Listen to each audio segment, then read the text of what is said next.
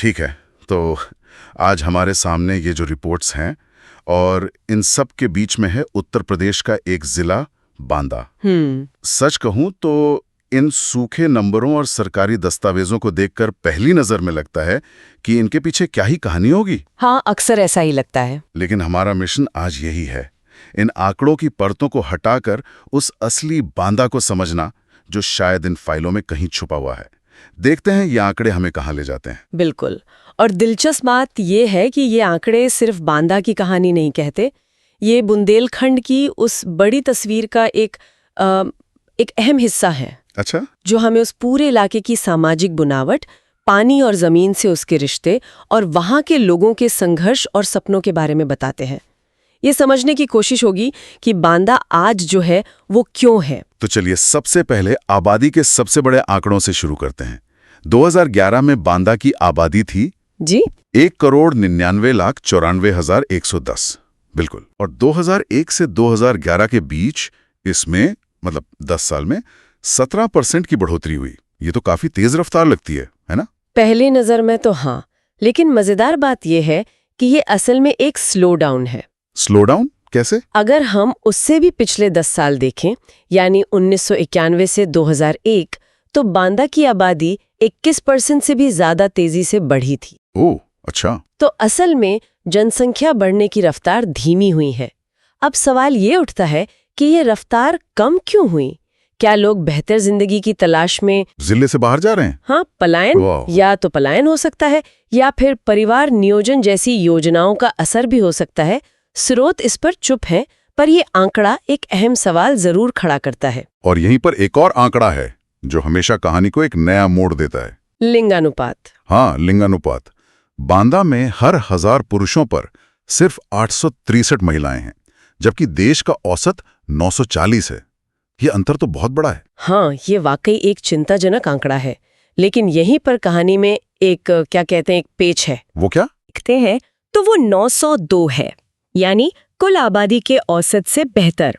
ऐसा लगता है कि नई पीढ़ी में लड़कियों की संख्या का अनुपात थोड़ा सुधरा है। एक मिनट, ये तो और भी अजीब है। मतलब बड़ों के मुकाबले बच्चियों का अनुपात बेहतर है, लेकिन 2001 में यही चाइल्ड सेक्स रेशियो 917 था। बिल्कुल। तो एक दशक में ये 917 से घटकर 902 पर आ गया। इसका मतलब क्या हुआ? क्या पिछले दशक में लड़कियों के जन्म को लेकर समाज का रवैया और खराब हुआ है?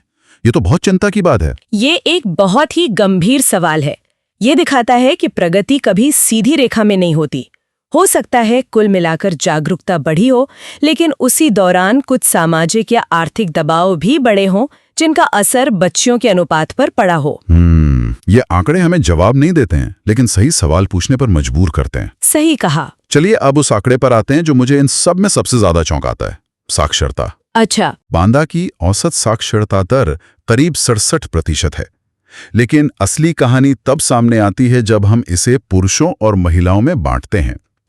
पुरुषों की साक्षरता दर लगभग 78% है, जबकि महिलाओं की सिर्फ 54%। और ये 24% का अंतर सिर्फ एक नंबर नहीं है, ये जमीन पर दिखने वाली एक बहुत बड़ी खाई है।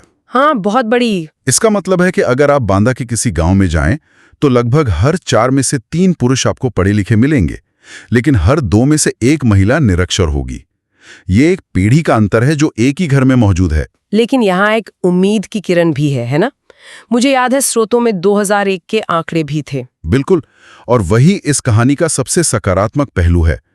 2001 में बांदा में महिला साक्षरता दर सिर्फ 37% के आसपास थी। सिर्फ 37%? हाँ, और एक दशक में ये 37% से बढ़कर 54% हो गई।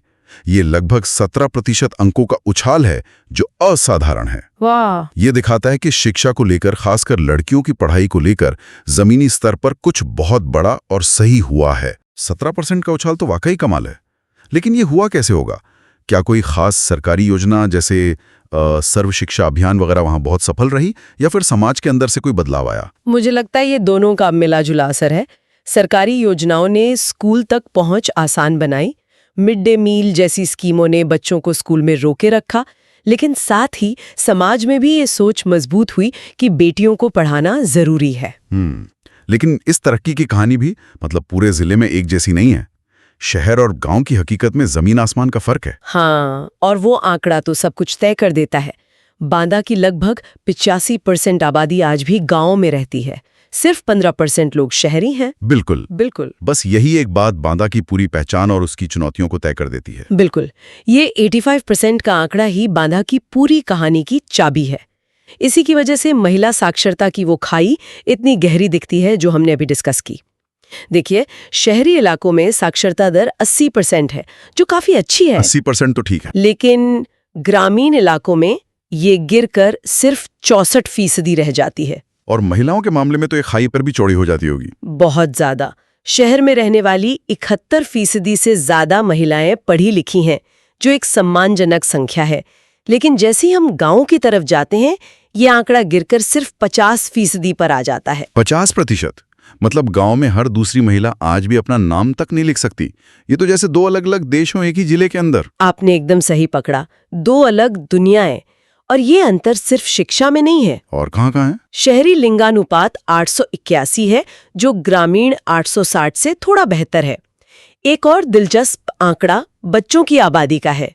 शहरी आबादी का करीब 13% हिस्सा 0 से 6 साल के बच्चों का है, जबकि ग्रामीण इलाकों में ये 17% से ज्यादा है। अच्छा, तो इसका मतलब ये हुआ कि ग्रामीण क्षेत्रों में जन्म दर ज्यादा है, परिवार बड़े हैं। हाँ, और शायद स्वास्थ्य सेवाओं की पहुंच भी कम है।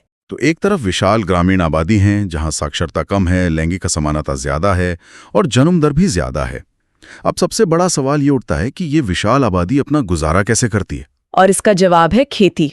बांदा की अर्थव्यवस्था का मतलब ही खेती है। यहाँ की अर्थव्यवस्था पूरी तरह से कृषि पर टिकी हुई है। और ये कोई आसान काम नहीं होगा वहाँ। बिल्कुल नहीं। सुनने में कृषि प्रधान शब्द बहुत पारंपरिक और सुकून भरा लगता है, लेकिन बुंदेलखंड जैसे इलाके में इसका मतलब है लगातार एक संघर्ष। तभी तो 2006 में इसे भारत के 250 सबसे पिछड़े जिलों में गिना गया था। यहाँ की खेती की सबसे बड़ी चुनौती क्या है? स्रोतों में फसलों का जिक्र है। खरीफ में धान, ज्वार, बाजरा और रबी में गेहूं, चना, सरसों। ये तो सामान्य फसलें हैं। चुनौती फसलें नहीं बल्कि पानी है। आंकड़ों के मुताबिक बांदा की कुल खेती की जमीन में से सिर्फ 45% पर ही सिंचाई की सुविधा है। बस 45%? मतलब आधी से ज्यादा खेती तो सीधे सीधे मॉनसून के रहमो करम पर है। यानी आधे से ज्यादा किसान आज भी आसमान की तरफ देखकर खेती करते हैं। एक खराब मॉनसून पूरे साल की अर्थव्यवस्था को पटरी से उतार सकता है। और उस 45% सिंचित जमीन में भी आधे से ज्यादा सिंचाई नहरों पर निर्भर है। यानी अगर नदियों में पानी कम हुआ या नहरों की सफाई नहीं हुई तो सिंचाई वाली जमीन भी सूखी रह सकती है। बिल्कुल, ये बहुत ही जोखिम भरा मॉडल है। और इसी जोखिम को कम करने के लिए सरकार खेत तालाब योजना या स्प्रिंकलर सेट पर सब्सिडी जैसी योजनाएं चला रही हैं, ताकि पानी की हर बूंद का सही इस्तेमाल हो सके। स्रोतों में एक बहुत ही दिलचस्प ऐतिहासिक तथ्य मिला। 100 साल पहले यहाँ कपास एक बड़ी फसल हुआ करती थी। हाँ, मैंने भी पढ़ा। लेकिन अब वो पूरी तरह से गायब हो चुकी है। ये तो बहुत बड़ा बदलाव है। इसका मतलब है कि पूरी की पूरी अर्थव्यवस्था और किसानों की जिंदगी बदल गई होगी। स्रोत सीधे तौर पर कारण नहीं बताते, लेकिन हम अंदाजा लगा सकते हैं। कपास को ज्यादा पानी चाहिए। हो सकता है कि बदलते मौसम और पानी की कमी ने इसे उगाना मुश्किल कर दिया हो। या फिर बाजार बदल क्या हुआ? हाँ, ये भी हो सकता है कि किसानों को बेहतर दाम न मिल रहे हों। आज सरकार सोयाबीन जैसी नकदी फसल को बढ़ावा दे रही है। ये दिखाता है कि खेती कितनी गतिशील चीज है। और सिर्फ पानी ही नहीं, यहाँ की मिट्टी भी किसानों के लिए एक पहेली जैसी है। कहीं मार नाम की काली मिट्टी है तो कहीं राकड़ नाम की लाल पथरीली मिट्टी। सही कहा। किसान को सिर्फ मौसम से नहीं, अपनी जमीन के मिजाज से भी लड़ना पड़ता है। मार और काबर मिट्टी पानी सोख कर रखती है और उपजाऊ होती है, जबकि राकड़ मिट्टी में ज्यादा कुछ नहीं उगता।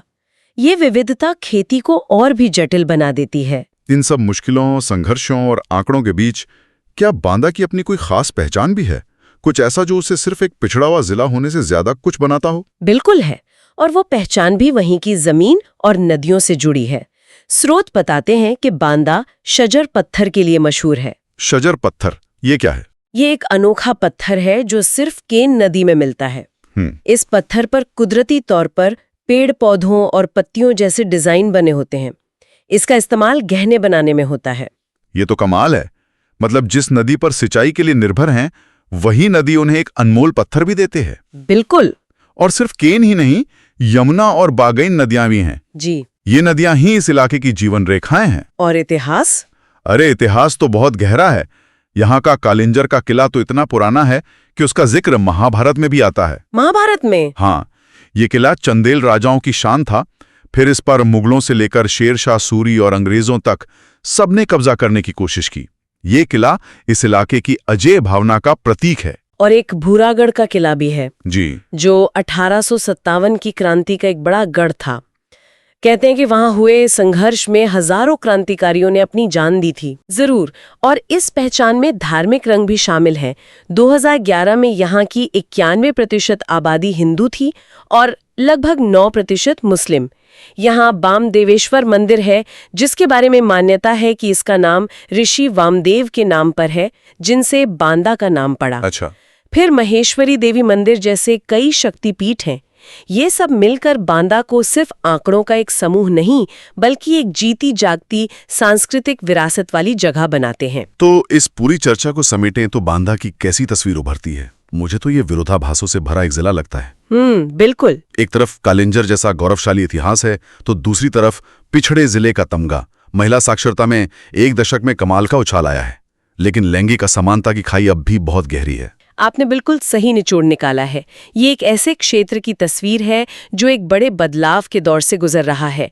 एक तरफ पानी की कमी जैसी सदियों पुरानी पर्यावरणीय चुनौतियां हैं, तो दूसरी तरफ सरकारी योजनाएं और समाज की बदलती सोच जो इसे आगे धकेल रही है। हाँ, ये सिर्फ एक जिले की कहानी नहीं है, बल्कि ये भारत के उन अनगिनत ग्रामीण क्षेत्रों की कहानी का आईना है जो परंपरा और आधुनिकता के बीच अपना भविष्य तलाश रहे हैं। और जाते जाते एक आखिरी पहेली जो हमारे श्रोतों में छुपी मिली, वो इस कहानी को और भी दिलचस्प बना देती है। अच्छा? श्रोतों में 2 जुड़वां गांव का जिक्र है, गुरेमऊ कलां और गुरेमऊ खुर्द। हाँ, मैंने भी ध्यान दिया था। फारसी में कला का मतलब होता है बड़ा और खुर्द का मतलब छोटा। और 2011 की जनगणना में भी इनके नाम की कहानी दिखाई देती है। गुरेमऊ कलां यानी बड़े गांव की आबादी 838 थी। ठीक है। और गुरेमऊ खुर्द यानी छोटे गांव की आबादी सिर्फ 15। सिर्फ 15 लोग? हाँ, ये सोचने पर मजबूर करता है कि विकास, पलायन और बसावट का बहाव कितना अजीब हो सकता है। एक ही नाम, एक ही इलाका, फिर भी एक गांव बसता जा रहा है और दूसरा लगभग उजड़ चुका है। वो कौन सी अदृश्य रेखा है जो इन 2 गांवों के भविष्य को इतना अलग कर रही है? शायद इसका जवाब हमें बांदा के अगले दशक के आंकड़ों में मिलेगा।